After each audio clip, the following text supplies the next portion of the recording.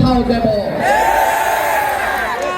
আমাদের বিশেষ করে আশুগঞ্জে অনেক ব্যবসায়ী আছে, উদ্যোক্তা আছে, তরুণ যুবকরা আছে।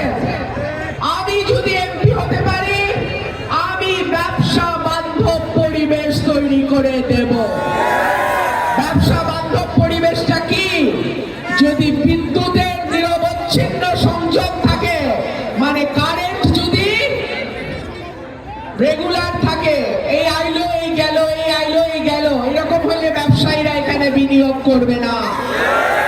নিরবচ্ছিন্ন বিদ্যুৎ, গ্যাস, এই দুইটা জিনিস যদি আমরা নিশ্চিত করতে পারি, অনেক ব্যবসায়ী আছেন আশুগঞ্জে যারা আরো বেশি বেশি করে বিনিয়োগ করবে, এবং এই বিনিয়োগের মাধ্যমে আমাদের যে তরুণ যুব সমাজ আছে তাদের একটা কর্মসংস্থানের ব্যবস্থা হবে ইনশাআল্লাহ।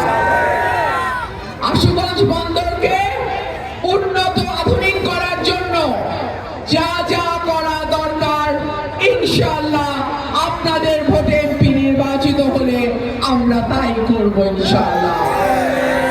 আমি আজকে মন ভরে আমার কৃতজ্ঞতা জানাই আমার সেই সব প্রাণপ্রিয় ভাইয়ের মতন কর্মীদের, যারা সকাল থেকে রাত পর্যন্ত এই হাঁস মার্কার জন্য জানে মালে কষ্টে ঘামে শ্রমে টাকায় সবভাবে যারা আমার পাশে সহযোগিতা নিয়ে আছেন।